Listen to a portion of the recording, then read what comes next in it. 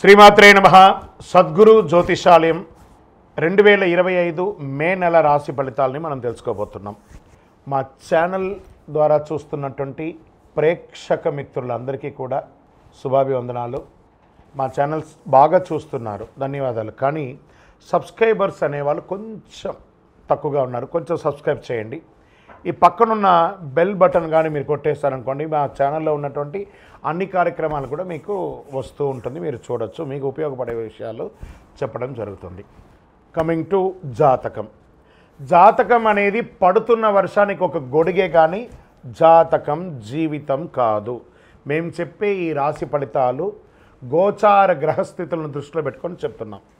ఇది మీ యొక్క వ్యక్తిగత జీవితానికి ఒక 30% నుంచి 40% మాత్రమే వర్తిస్తుంది. మీరు పుట్టినప్పుడు ఉన్నటువంటి ఆ లగ్నము, ఆ నక్షత్రము, ఆ పాదాన్ని బట్టి మీ యొక్క సంపూర్ణ జాతకం అనేది తెలియబడుతుంది. జాతకం ఎవరైనా మీ పరిసర ప్రాంతాల్లో ఉన్నటువంటి సద్గురువుల్ని సంప్రదించి జాతకం తెలుసుకోండి. లేదా మా ద్వారా తెలుసుకోవాలనుకుంటే 21 వయసు లోపు ఉన్న వాళ్ళు అడగకూడదు. ఎందుకంటే మీరు విద్య చదువుకుంటున్నటువంటి వారు కాబట్టి మీరు ఖచ్చితంగా మీ యొక్క వ్యక్తిగతమైనటువంటి జీవితంలో 21 సంవత్సరాల వరకు జాతకం అడగకండి. 60 సంవత్సరాలు దాటిన వారు మీరు అన్నీ అనుభవించుంటారు, మంచి చెడు అన్నీ చూసుంటారు కాబట్టి మీకు జాతకంతో పని లేదు. అడగడానికి కూడా ఇల్లీగల్ అఫైర్స్కి సంబంధించింది ఏది అడగకూడదు. నాకు అప్పులు బాగా ఉన్నాయి, జాతకం చెప్పనంటే ఎవరు చెప్పరండి. మీ అప్పులు తీసుకున్న చోట ఖచ్చితంగా కష్టపడి ఇవ్వండి, అదొకటే జాతకానికి ఉన్నది.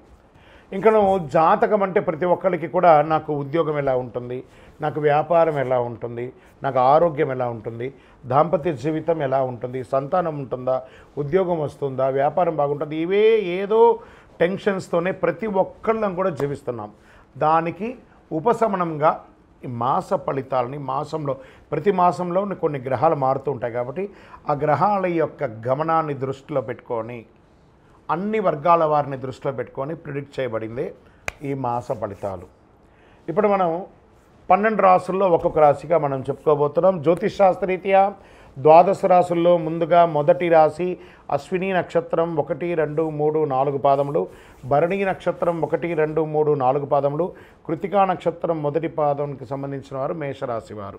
మేషరాశి మిత్రులారా, మీకు శుభాశుభ ఫలితాలు ఎలా ఉన్నాయి అంటే ప్రతి విషయంలోనూ మిశ్రమ ఫలితం ఉంది. ఎందుకంటే 7.5 శని భగవానుడు స్థానం అంత లాభదాయకంగా లేదు. సూర్యభగవానుడు అనుకూలం వల్ల సానుకూల ప్రభావాలు. సూర్యుడి నెల మొదటి అర్ధభాగంలో ఉత్కృష్టంగా ఉంటాడు. బృహస్పతి సంచారం అనుకూలం.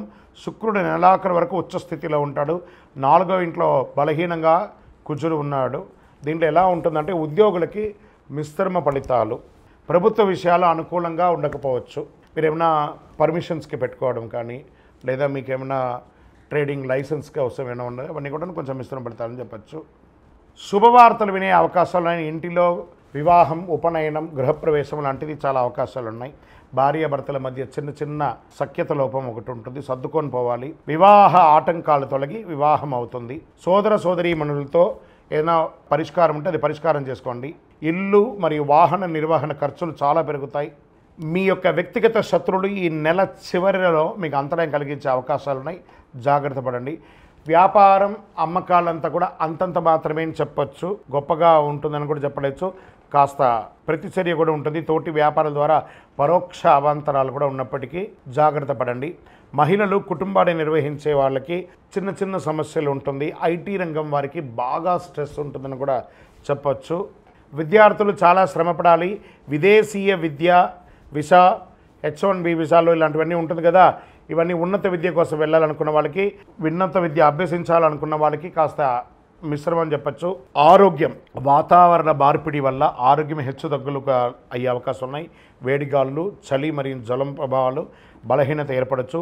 గుండె లేదా ఛాతీ సమస్యలు ఉన్నవారు ఈ నెల జాగ్రత్తగా ఉండాలి. డాక్టర్ దగ్గరికి వెళ్ళి ఒకసారి మాస్టర్ చెకప్ చేసుకోండి.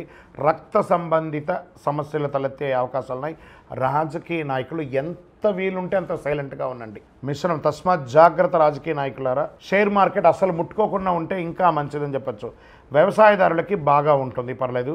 మీడియా రంగం వారికి కాస్త మిశ్రమం. ఇంకా స్పోర్ట్స్ వారికి ఈ నెల కొంచెం అనుకూలంగా ఉందని కూడా చెప్పొచ్చు అండి. సర్వీస్ సెక్టార్లో ఉన్న వాళ్ళకి బాగుందని చెప్పొచ్చు.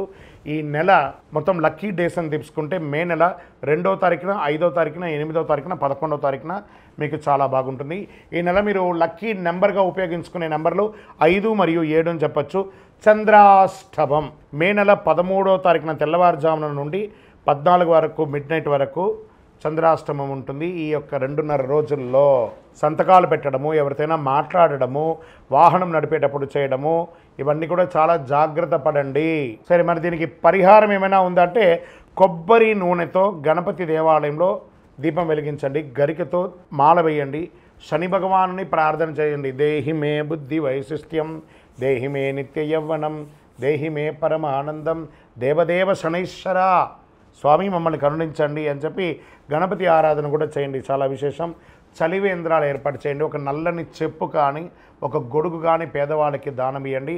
అందులో మీకు 7.5 శని ఉంది కాబట్టి ఇంకనూ మీకు సకల దోషాలు తొలగడానికి 7.5 శని యొక్క శని భగవానికి ప్రీతి అయినటువంటిది చంద్రకర్ర. చంద్రనే కరుంగాళి అంటారు. ఈ కరుంగాళి మాలను ధరించండి. సంపూర్ణమైనటువంటి ఆరోగ్యం, ఐశ్వర్యం, గ్రహదోషం అన్నీ కూడా తొలగి ఆనందంగా ఉంటారు. ఇంకనూ దోషాలు తొలగడానికి మీ వయస్సు ఎంత ఉందో అన్ని దీపాలను దేవాలయాల్లో వెలిగించి అనుగ్రహం పొందండి.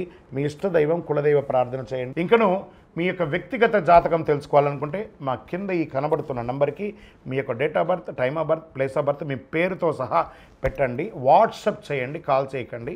మా వాళ్ళు మీకు రిప్లై ఇస్తారు. విజయోస్తు.